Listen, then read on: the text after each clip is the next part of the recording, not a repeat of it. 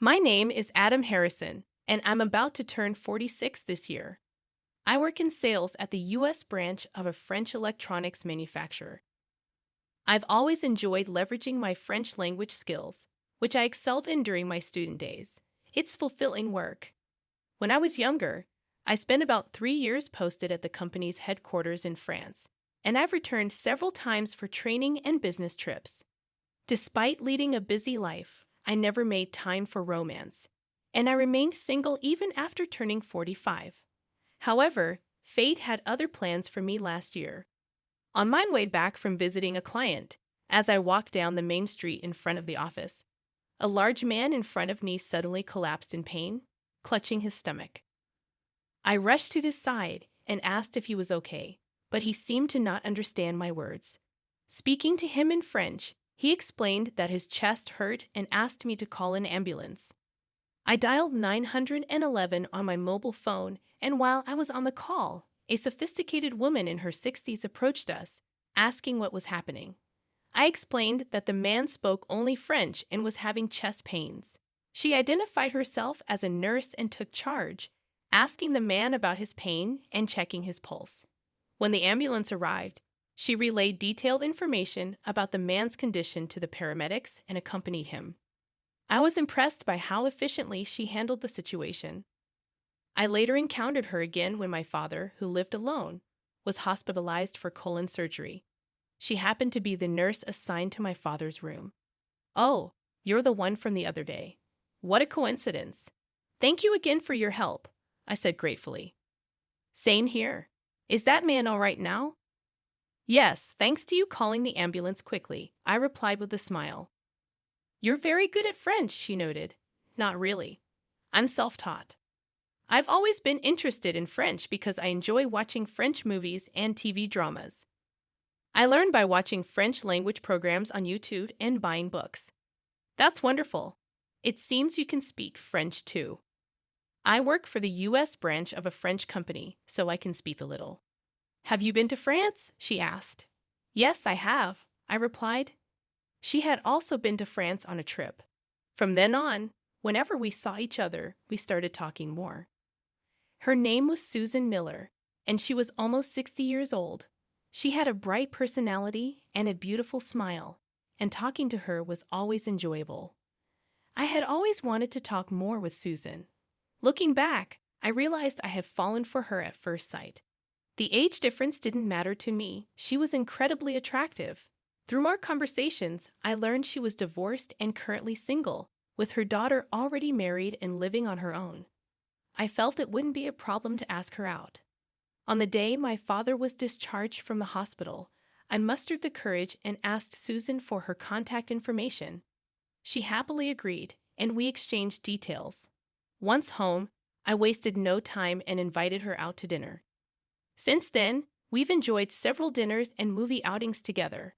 The more I got to know her, the more I was drawn to her charms. Susan was kind, caring, always cheerful and positive. Talking to her healed and energized me, even when work left me tired or troubled. About 6 months into dating, I proposed to her. "Susan, will you marry me?" I asked as I showed her the ring I had prepared. She teared up and asked, "Are you sure you're okay with someone much older like me?" Age didn't matter to me. I wanted her. "I can't imagine being with anyone else. I want to spend the rest of my life with you," I reassured her, holding her hand. With tears of joy, she replied, "Thank you. I want to live my life with you too, honey." My proposal was successful.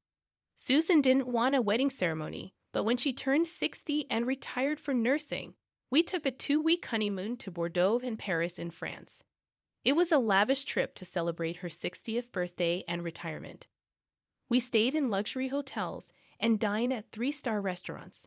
Having saved quite a bit since being single until 45 and without any particular hobbies, it felt like a perfect way to start our new life together. Therefore, I could afford that extravagant trip. Susan was delighted, and seeing her frolic like a young girl made me glad we went. One morning, about half a year into our married life, I was called by my boss just as I was about to head to work. The president of an important client at our headquarters in France is coming to the U.S. with his wife. We're hosting a dinner party, and I'd like you to attend with your wife. My boss Ryan said, specifying the date. I'll let you know the place once it's decided. Understood, I replied, noting it down. Suddenly, Ryan laughed. To think you'd have a wife, huh? I thought you'd never get married. Good for you, finding someone with peculiar taste. His scornful gaze met mine. Ryan wasn't around the same age as me, but he always boasted about his much younger and beautiful wife. He constantly belittled me, suggesting I must be lonely being single at my age, or that no woman with peculiar tastes would marry someone like me. To still hear such things even after getting married irked me, but I kept silent. I worried about exposing Susan to potential unpleasant comments from such a boss, but it was an order, so I had no choice. The day of the dinner party arrived. I took Susan to the specified restaurant, an upscale steakhouse. After saying the name of the person who made the reservation, we were guided to a private room where Ryan and his wife were waiting. True to Ryan's boasting, his wife was indeed a slender beauty like a model. Thank you for your patience, Ryan, I greeted him. Ryan looked at Susan, who was standing behind me, and said, Adam, why did you bring your mother? You promised to bring your wife, didn't you? Hearing those words, anger rushed to my head. He had a malicious smile on his lips, probably knowing full well what he was saying. That level of harassment was almost impressive. She's not my mother. Let me introduce you. This is my wife, Susan, I said firmly. Susan offered a forced smile, but I could tell she was hurting inside. I couldn't forgive Ryan for insulting her. I decided then that if he made another disrespectful remark, I would not hold back my response. Soon after, our client Lewis arrived with a young employee guiding him. Nice to meet you, everyone. I'm Lewis. Excuse me, but my wife Emma is in the restroom. I'll introduce her later, he said in French. Ryan, his wife, Susan, and I all introduced ourselves in French. Ryan's wife appeared uncomfortable, not being fluent in French and barely speaking beyond stating her name, relying on Ryan to answer any questions from Lewis. In contrast, my wife Susan was so fluent in French that she could engage in a lively conversation with Lewis. This seemed to irritate Ryan and his wife. Anyway, Adam, I'm surprised you decided to marry someone so much older, Ryan suddenly remarked in English. No matter how well she speaks French, why would you choose someone who looks so mature? Everyone knows younger is better. Or do you have a thing for mature women? How old is your wife anyway? He was incredibly rude. Susan looks her age but possesses a beauty that comes with years. Her wonderful personality was why I fell for her. Being ridiculed with such shallow words felt like a total dismissal of my love for Susan. Excuse me, that's incredibly disrespectful, I retorted, my fists clenched in anger. What? You're talking back to your boss? Ryan smirked, clearly enjoying the moment. Not understanding the English exchange, Lewis looked confused. There are things you don't say, no matter if you're my boss, I continued firmly. It's okay. You don't have to defend me. I knew what I was signing up for when I married you, Susan whispered, pulling on my sleeve. Just then, the private room's door opened, and a woman entered, guided by a staff member. Emma, over here. Everyone, let me introduce you to my wife, Emma, Lewis announced, standing up. Emma was an elegant woman around 60 years old. She glared at Ryan and began to speak fluent English. I heard your conversation. I am very displeased. Apologize to them right now, Emma demanded.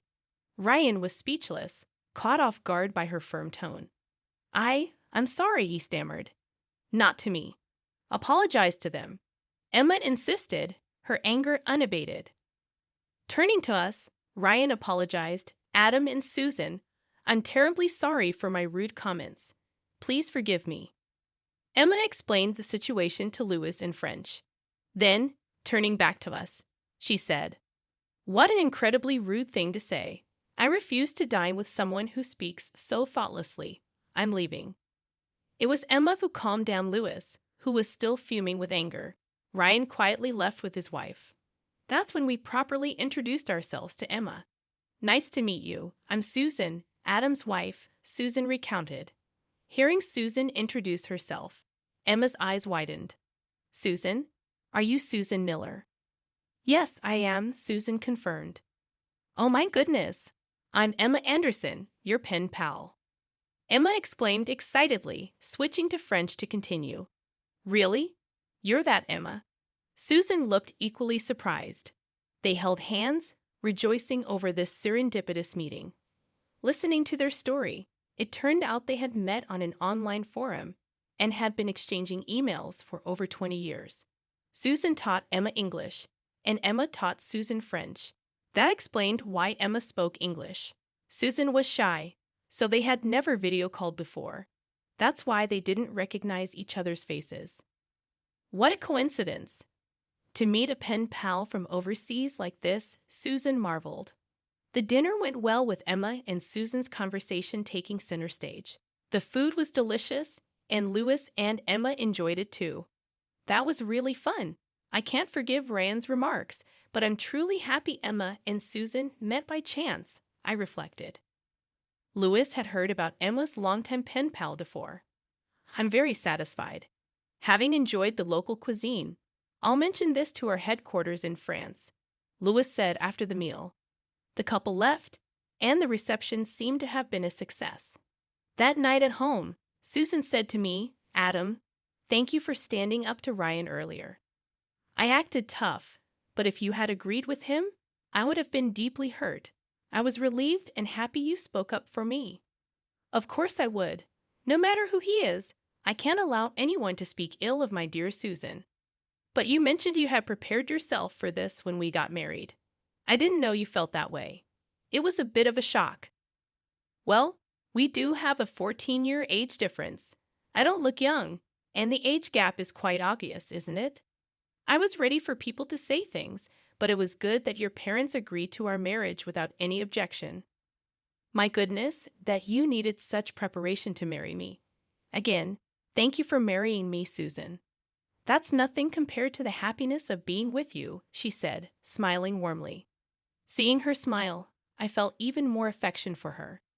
A few days after Louis returned to France, I received news that a major deal with his company had been finalized. He had insisted on sending his regards to me. It seems Louis also reported Ryan's inappropriate comments to our headquarters, resulting in him being demoted to a regular employee. I was promoted to manager in his place, reversing our positions. Since that day, he has never looked down on me again. He became quite subdued, showing respect towards me, which was satisfying. Susan and Emma continued their friendship through emails and calls. Susan is now planning a trip to Lyon, where Emma lives. Seeing Susan excitedly talk about it, I wanted to continue to protect her smile. I want to make her